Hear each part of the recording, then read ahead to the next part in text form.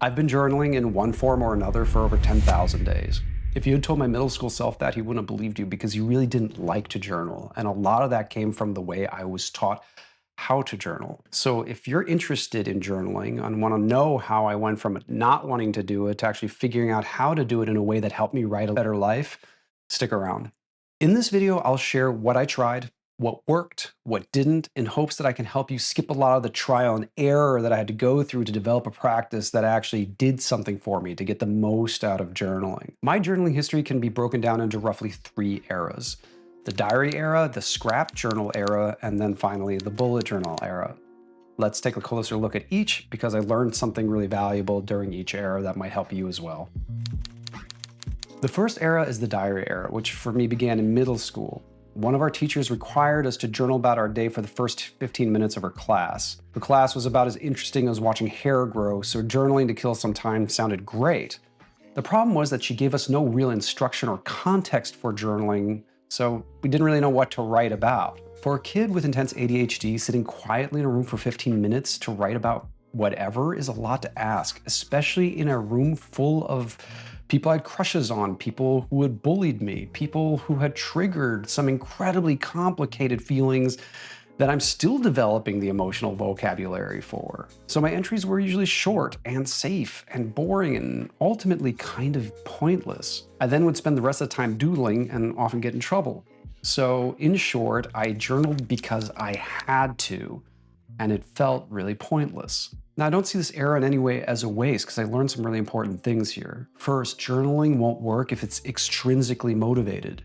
So if you only experience journaling as an online trend or a school assignment or something that you did for a specific course, chances are that it felt like momentary, impersonal, even performative. I would encourage you to try it again, but this time make it your own.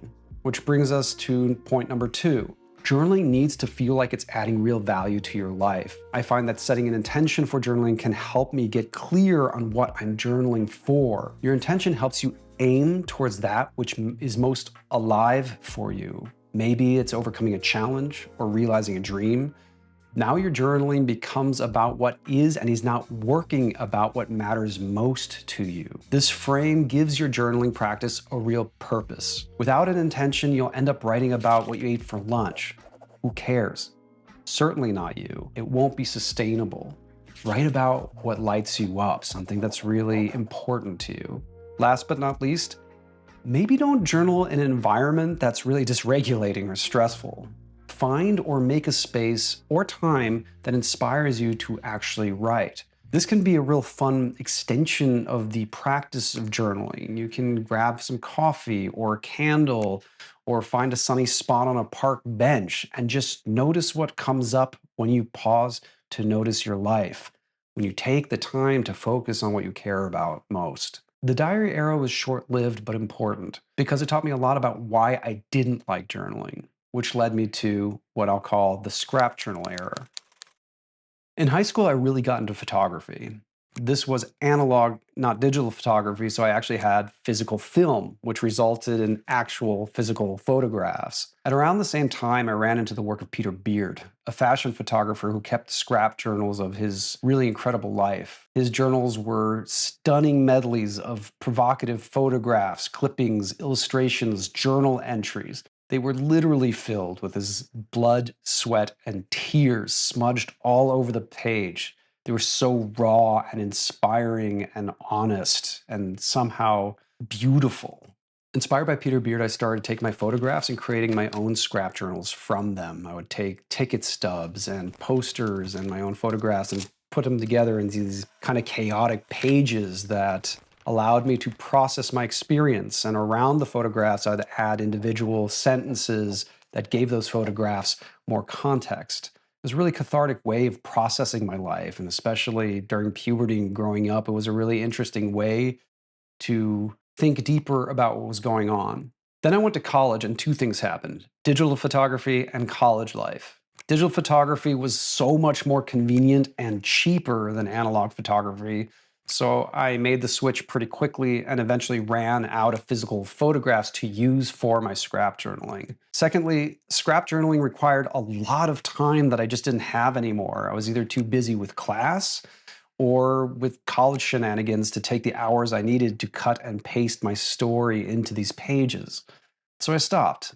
And the less I documented and processed my life, the more of a blur it became. In my scrap journaling era, I learned the following three lessons. One, the more materials that you need to journal, the more excuses you have not to do it, just more points of failure. So, for me, the takeaway here is the more complicated a system, the more fragile it becomes. And this is a really important realization that would heavily inform my next era. Secondly, though a journal can be a great way to express your creativity, it shouldn't be treated like a priceless artwork. In other words, the more precious you are with the tool, the less likely you are to use it.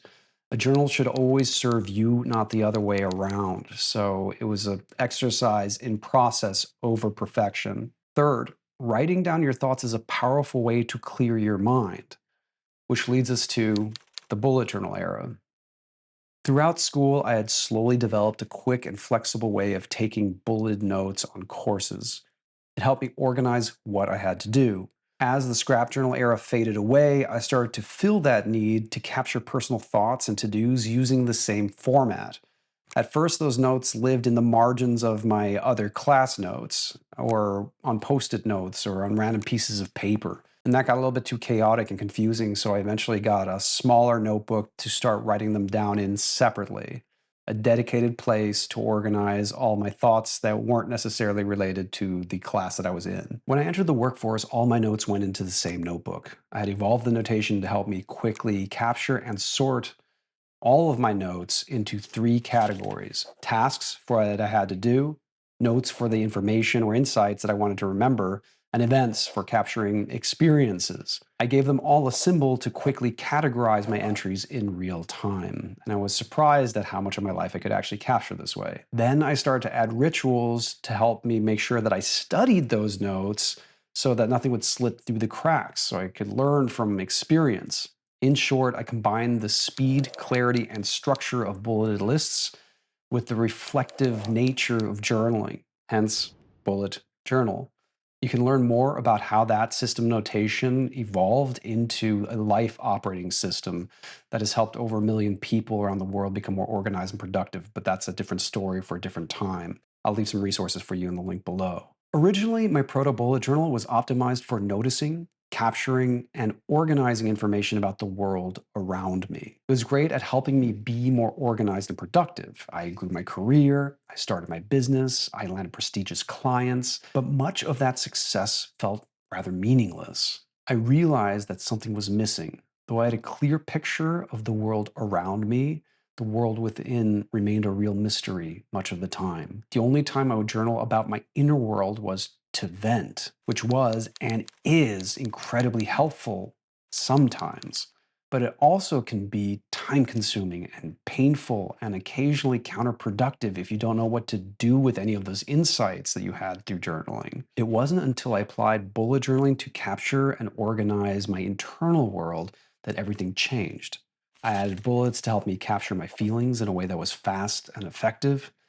I also built in regular reflection rituals that would help me process my experience into insights and then synthesize those into intentional actions. This is what ended up being the bullet journal method, which I today see as a personal operating system to help me write a better life. This is the era that I'm currently in, and here's what I'm learning now. One, there is no perfect static system.